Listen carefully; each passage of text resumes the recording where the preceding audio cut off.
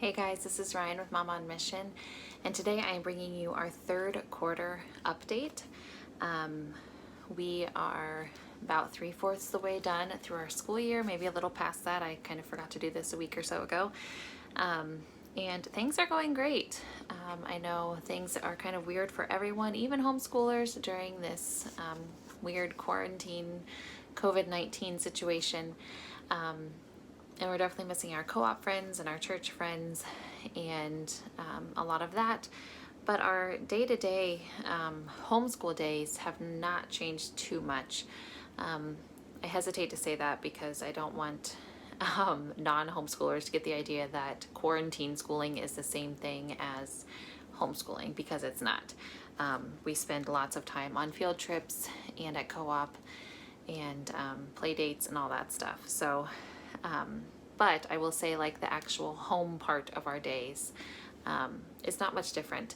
So it has been a good quarter, and I don't really remember what all I told you last time for second quarter update because I filled up my last YouTube notebook that I use for note taking, and so I didn't have that to look back on. I don't know where I put it. I just filled it up and moved on to a new one. So if you've already heard some of this, I'm sorry, but I will try not to repeat myself. We've gotten into a really good rhythm for our morning work this quarter, and we were kind of struggling. I can't remember if it was last quarter or maybe first quarter, just kind of struggling to find that rhythm again. It kept getting pushed to the back burner, but we've done a lot better at intentionally setting aside that time every day, even if it's in the afternoon and not actually morning, to sit and do those subjects, those family subjects as we like to call them, together.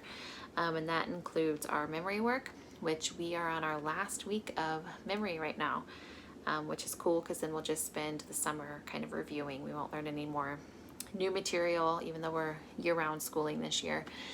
We won't learn any new material until probably September. But we'll take this summer to kind of just recap and review what we've learned all year. We have been doing a very easy Bible reading plan. And by easy, I just mean kind of short, and it's not a devotional. There's no added content or commentary. It's just about 5 to 10 verses each day.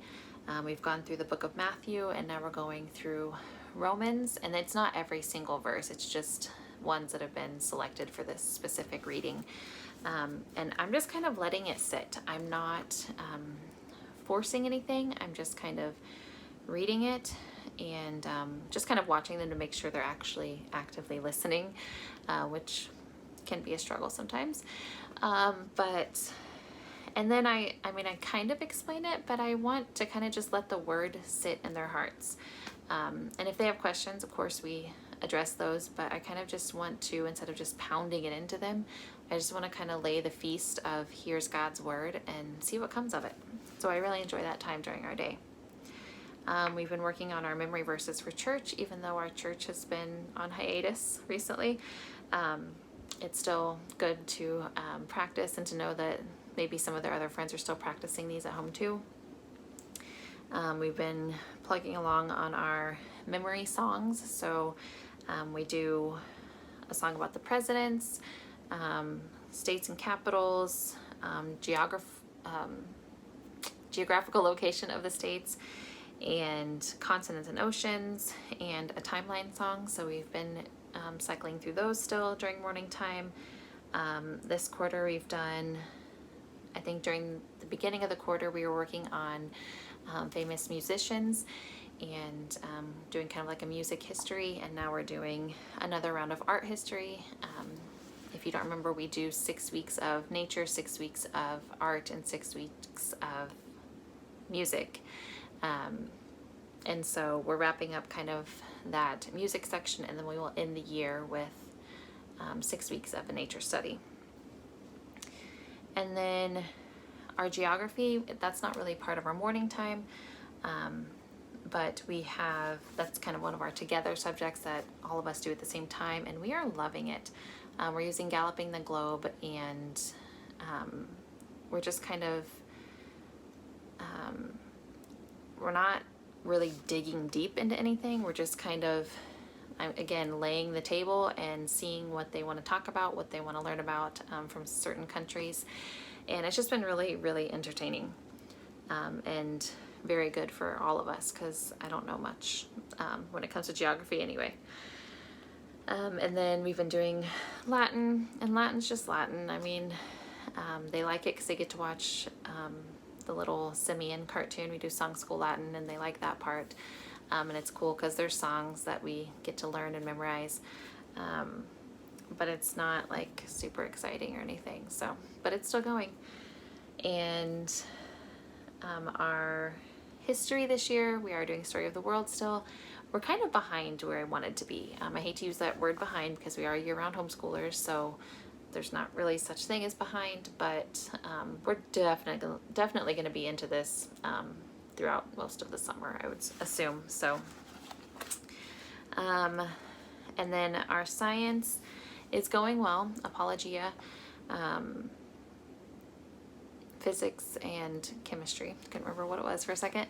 It is a lot harder because now that our co-op has officially been canceled for the rest of the school year, I don't get that reinforcement at co-op.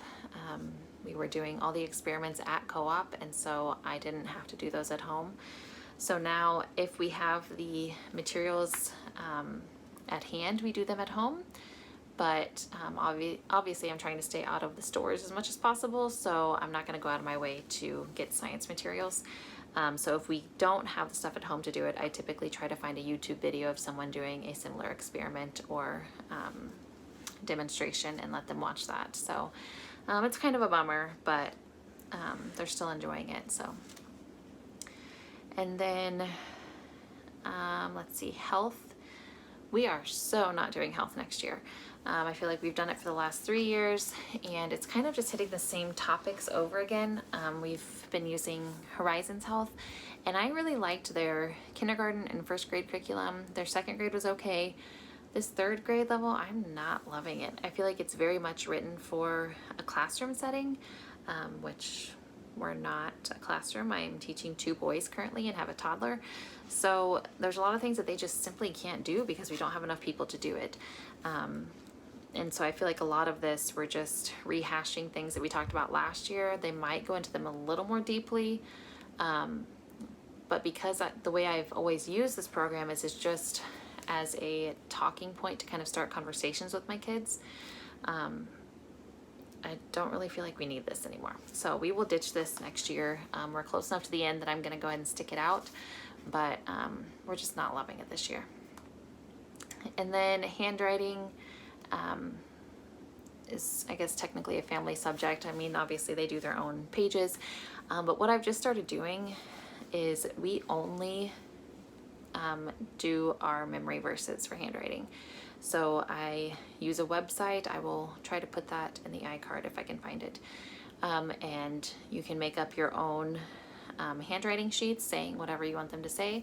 I do a printed version for my first grader, a cursive version for my third grader, and one day they just have to go through with a highlighter and trace it, and then another day they will actually have to copy it, and then another day they have to just copy it into a different notebook. So without, you know, the worksheet, it's line by line. They can copy each line, but then on the third try, I want them to just write it in their notebooks by themselves. And so that is really good because it's helping them memorize their scripture, but it's also getting that handwriting practice in. So on to just my first grader. Math still going amazing. He only has about 16 lessons left, so he should be done within the next month. And he's just flying through this, guys. It's so cool to just see when your kid actually loves something and enjoys it, and just their brain is wired for it. Math is his thing, and it's so cool to watch. He's almost done with his vocabulary. We are using Wordly Wise. I believe it's first grade level, and I mean, it's going. It's pretty short and simple and to the point, but he enjoys it. And then phonics, I think we'll finish Ordinary Parents Guide to Teaching Reading by the end of the summer, but he is a very fluent reader now, and that's very exciting. And then his spelling is spelling. It's going, it's fine. Nothing's changed there.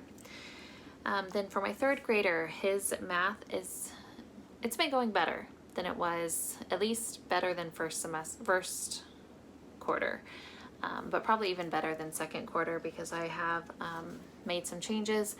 I don't make him do every single problem. Again, if he is mastering a subject, I'm not going to beat it to death. I've just condensed math a lot. Saxon is very good and very, very thorough, but if you do everything by the book, you will be doing math all day long, and I don't have the patience for that, and neither does he. So now that I've kind of just figured out a way for him to kind of show me what he knows, and we only harp on the things that are, you know, kind of harder for him, and if he's mastering something, we move on. Since we've done that, he's done so much better with his math, and he enjoys it a lot more, and we get through it a lot faster. And then for his vocabulary, again, wordly wise, and he's almost done with that, and it is kind of cool to start hearing him use some of the words he's learned just in everyday vocabulary. He's kind of a words guy. As much as he doesn't like language arts, he does like using big words. It's kind of fun. And then his grammar's going fine, nothing different there. His spelling's going fine, and his writing is going okay. He is not whining as much when it's time for writing, so I guess there's either I've just put up with it long enough that he's surrendered to the fact that he has to do it, or maybe he's enjoying it a little more. I don't know, but he hasn't put up such a fight for writing now. And other than that, for science, we also have been taking advantage of the home safari from the Cincinnati Zoo on YouTube. We don't get to watch it live very often, but we will catch the replay on YouTube, and my kids are loving that. It is so cool to just be able to see those animals up close and actually get to, you know, I feel like sometimes when you go to the zoo, one, you don't get to go anytime you want, but also I feel like even if there is someone there giving a presentation about a certain animal, usually there's so many kids and so much chaos going around, you can't really like pay attention to what they're saying, but it's so cool to be able to watch these videos and actually kind of get a one-on-one with the their handlers, or with the zookeepers. So that's been really fun. So we are thoroughly enjoying that, and I mean, I'm excited for the school year to be over, but I can honestly say taking a step back and turning into year-round homeschoolers has kind of just taken a lot of pressure off. I can't say that our schedule has drastically changed, because it really hasn't, but I just don't feel so much pressure to get done by a certain date. And so it's just made our days a little more relaxed and a little more fun. And we've made more time for read alouds and for the things that we really enjoy. So overall, third quarter is going great, and I look forward to talking to you at the end of the school year for a big wrap up on how our year went. And let me know down below if you are a homeschooler, how your third quarter went, and how your year is going. And if you are a current remote teacher, meaning that your kid is home for the coronavirus, and you've been kind of gifted with the opportunity to teach your kid, let me know how that's going down below. I'm very interested to see how that is going for everyone. And I thank you so much for watching, and I'll talk to you next time. Bye.